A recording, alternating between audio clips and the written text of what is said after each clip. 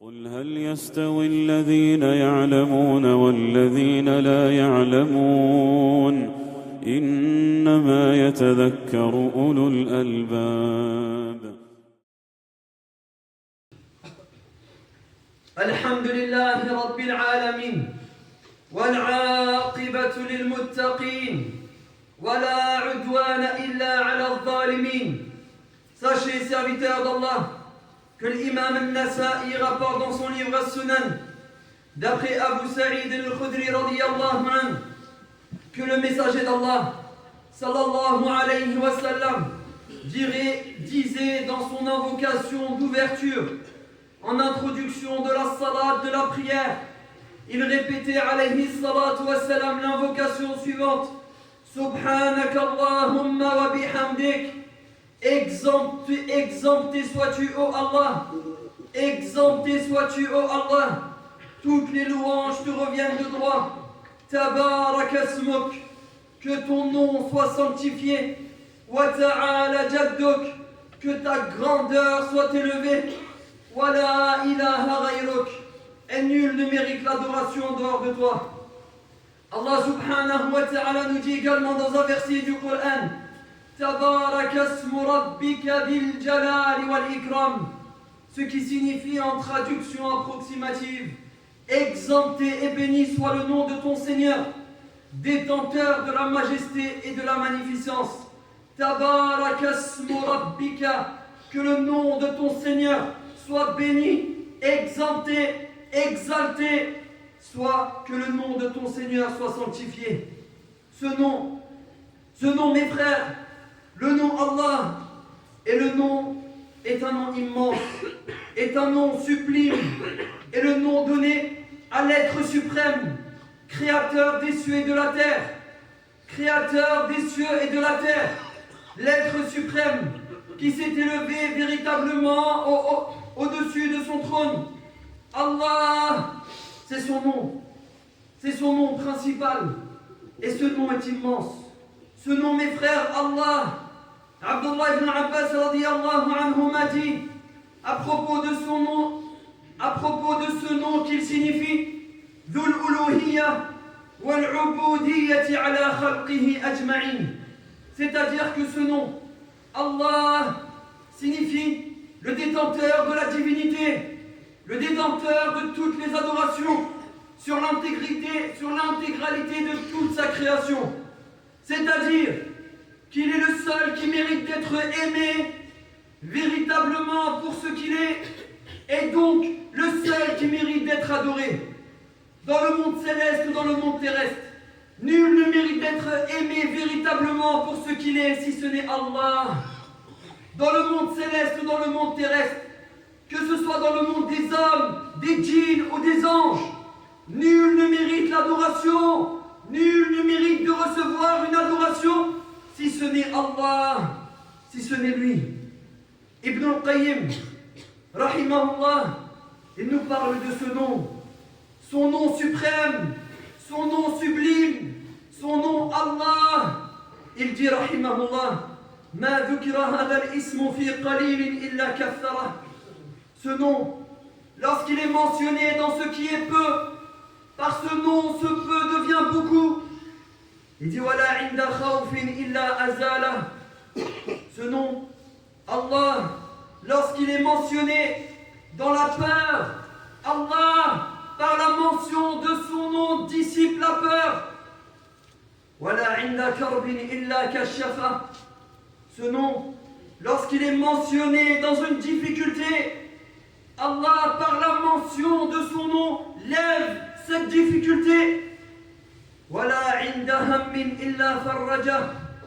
Ce nom, lorsqu'il est mentionné dans une angoisse, lorsque l'angoissé mentionne son nom, alors Allah subhanahu wa ta'ala libère cet angoissé de son angoisse par la mention de son nom.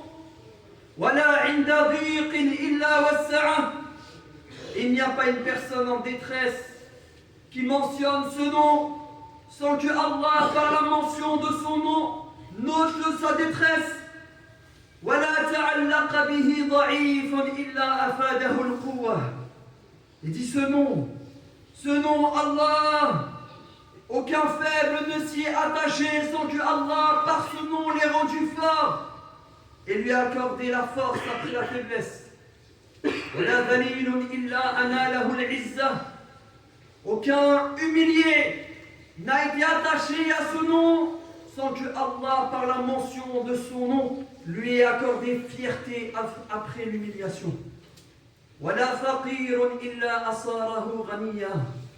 Ce nom, il dit aucun pauvre ne s'y est attaché véritablement sans que Allah ne l'ait rendu par la mention de son nom Ghaniya, riche, sans que Allah ne lui ait accordé la richesse après la pauvreté. Wala maghlubun illa ayyada. Aucun homme vaincu qui s'est attaché à ce nom sans que Allah ne lui ait accordé la victoire. Sans que Allah ne lui ait accordé la victoire. Et dit ce nom, Allah, c'est le nom par lequel les angoisses sont dissipées. C'est le nom par lequel les difficultés sont enlevées. C'est le nom par lequel les bénédictions descendent. C'est le nom par lequel les invocations sont exaucées. C'est le nom par lequel les fautes sont effacées. C'est le nom par lequel les péchés sont repoussés. Allah, son nom sublime. La richesse après la pauvreté par ce nom. La victoire après la défaite par ce nom. La libération après la détresse et l'angoisse par ce nom. Allah, Tabarakasmu, que son nom soit sanctifié, exalté, purifié, élevé. Telle est la réalité, mes frères.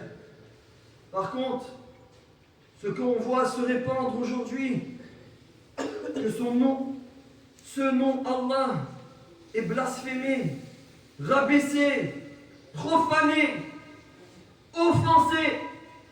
Et je ne parle pas des ennemis de l'islam.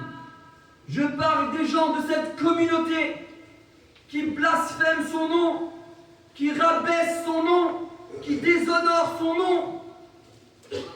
Et ce déshonneur, ce blasphème à l'égard de ce nom peut prendre plusieurs formes. Par exemple, premièrement, de ne pas le prononcer correctement. D'être en incapacité même de prononcer son nom correctement. Il y a des jeunes, mes frères, qui ne savent même pas prononcer son nom. Wallahi, ils ne savent pas prononcer son nom correctement dans une phrase. Et ça, ce n'est pas acceptable. Et ça, ce n'est pas acceptable. Tu les entends dire, Mashallah, Inch'Allah, qu'est-ce que tu racontes? Qu'est-ce que tu es en train de dire? Tes phrases n'ont aucun sens. C'est quoi Mashallah? Qu'est-ce que ça veut dire Mashallah? Masha'Allah. Ça veut dire quoi Inch'Allah? Ne dis pas Inch'Allah, dis Inch'Allah. Prononce correctement le nom de ton Seigneur. Prononce correctement le nom de ton Créateur. Ne blasphème pas son nom. Ne déshonore pas son nom. Car son nom est sacré. Que son nom soit sanctifié, élevé. Commence déjà par le prononcer correctement. Il ne s'appelle pas Allah. Son nom est Allah. Son nom est Allah. Ne dis pas Mashallah. Dis Masha'Allah. Ne dis pas Inch'Allah. Dis Inch'Allah. Car ce que tu dis là n'a aucun sens et en réalité un déshonneur à l'égard de son nom sacré. Son nom, mes frères, Allah Ta'ala Smuhu. Son nom est sanctifié, honoré, élevé et fait partie du blasphème.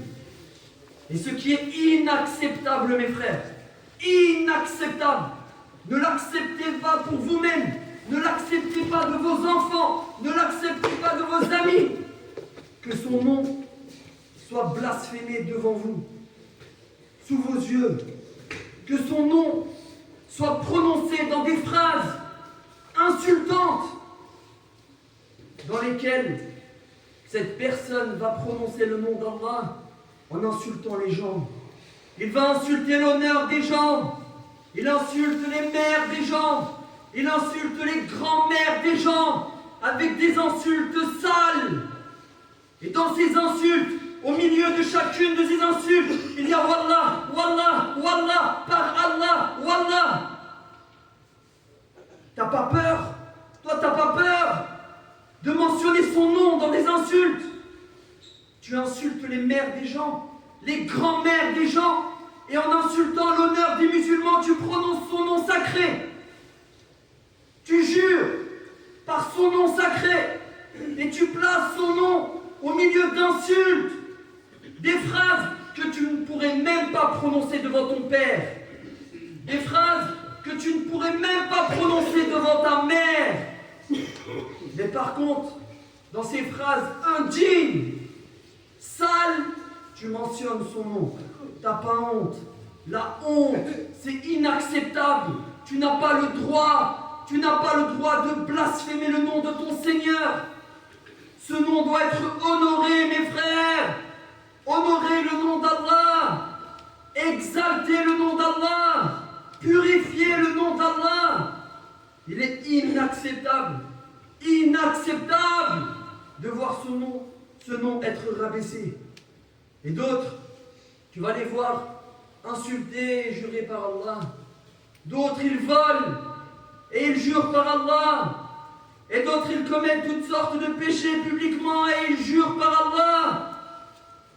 Où est le ta'zim? Où est le ta'zim? À quel moment on a pu perdre cette sacralité? Comment le nom sacré a pu être désacralisé dans nos cœurs à ce point-là?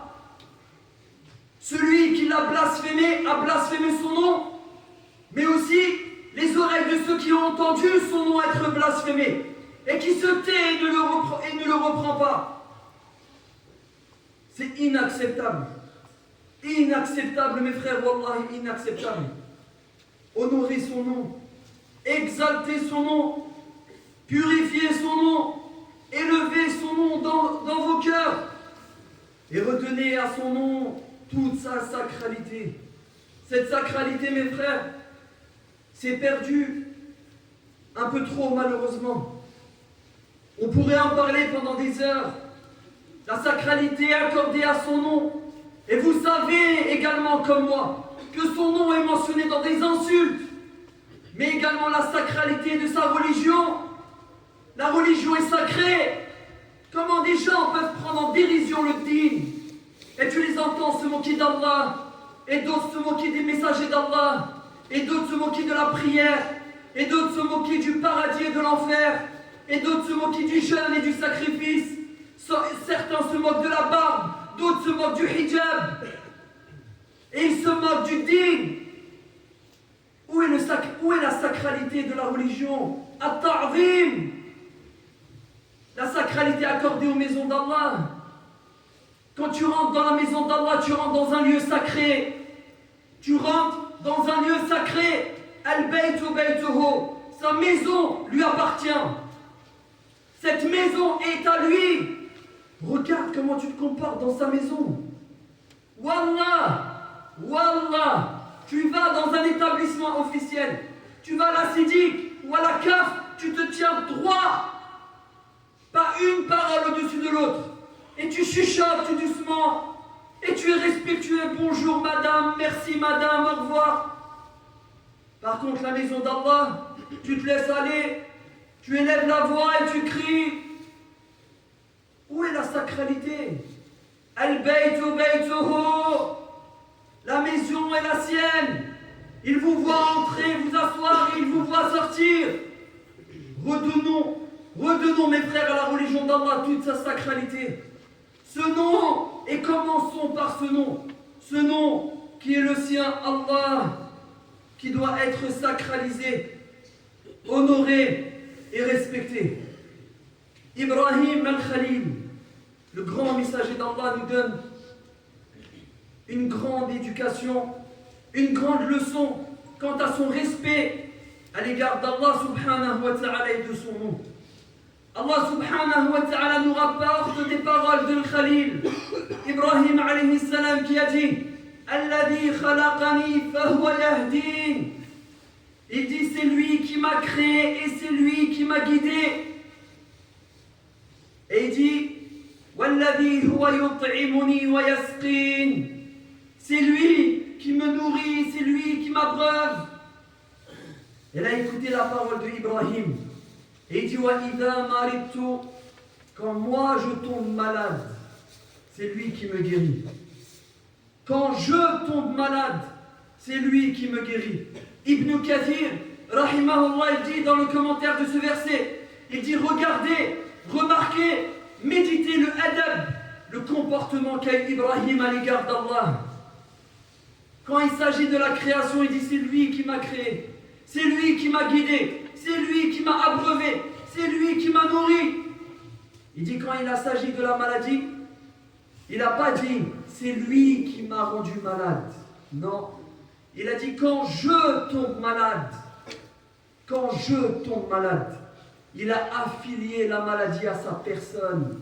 Et il dit, Ibn Kathir, adaban ma'allah, le comportement à l'égard d'Allah, le comportement à l'égard d'Allah, le comportement à l'égard d'Allah, passe avant votre comportement à l'égard des gens, avant le comportement à l'égard de vos voisins, de vos parents, de vos amis. Commençons par Allah.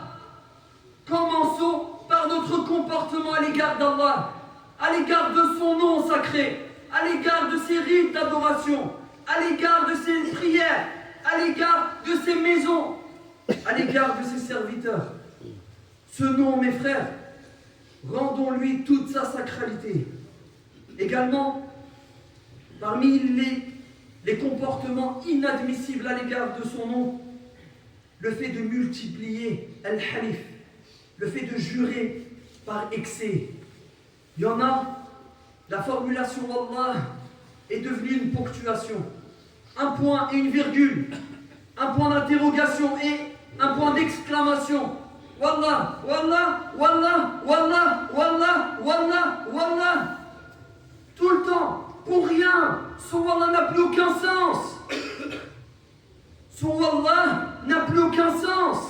Wallah, Wallah, Wallah, toujours il jure. C'est devenu une virgule, un point d'interrogation, un point d'exclamation. C'est même plus ce que ça veut dire sur sa langue. Ça, les serments avec excès, jurer trop par le nom d'Allah, les savants nous disent, c'est un naqs dans ton tawhid. C'est un manquement grave dans ton tawhid. Car le muwahhid a sacralisé sa religion. Le muwahhid a sacralisé son nom. Il ne jure par son nom que dans des affaires sérieuses. Et lorsqu'il jure, il tient sa parole. Salman radiyallahu anhu nous dit que le messager d'Allah sallallahu alayhi wa sallam a dit 3 personnes, Allah ne leur parlera pas yawm al-qiyamah, ne les purifiera pas et obtiendront un châtiment douloureux. Et parmi les 3 personnes citées, Rajulun ja'ala Allah bida'atah, un homme qui a fait du nom d'Allah une marchandise. Il ne peut acheter et vendre que par Wallah, Wallah, Wallah, Wallah c'est de la qualité, Wallah c'est nouveau, Wallah c'est un bon projet, Wallah, Wallah, Wallah, Wallah, Wallah, Wallah, Wallah. Son business, son commerce ne vit que par ses serments excessifs. Wallah, Wallah, Wallah. Celui-là, mes frères, il dit le messager d'Allah sallallahu alayhi wa sallam, Allah ne lui parlera pas yawm al-qiyamah. Allah ne le purifiera pas yawm al-qiyamah. Walahum adhabun alim. Et obtiendra celui-là un châtiment douloureux. Le serment, le fait de jurer, ne doit se faire que pour des affaires importantes, pour des affaires grandes. Et on ne jure que par Allah. Et on ne jure que par Allah. Ne jurez pas par vos mères. Ne jurez pas par la tête de vos grands-mères, par la tombe de vos saints, par un wali ou par un nabi. Lorsque vous jurez, ne jurez que par Allah.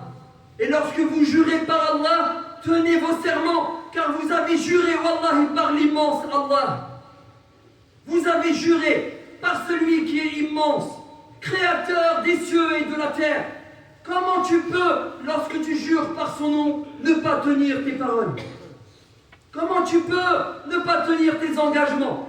Quand dans ton engagement, tu l'as pris comme témoin et tu as juré par lui. Si tu as juré par Allah, alors tiens ton engagement, tiens ta parole.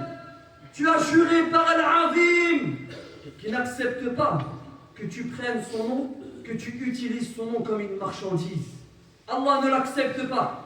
Et si tu ne tiens pas ta parole et que tu jures par son nom sans tenir à ton engagement, alors tu es soumis à une kafara, tu es soumis à une expiation qui t'est obligatoire de donner.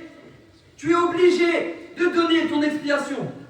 Qui aujourd'hui, mes frères, donne son expiation à al-kafara? Qui? Les gens se sont habitués à jurer par son nom et à ne pas tenir leur parole et à ne pas tenir leur engagement. Ils ont oublié qu'une expiation les concerne. Quelle est cette expiation?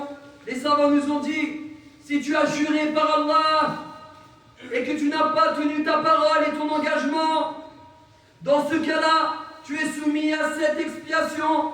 It'amu ashrati masakin. Tu es dans l'obligation de nourrir 10 pauvres ou de les habiller.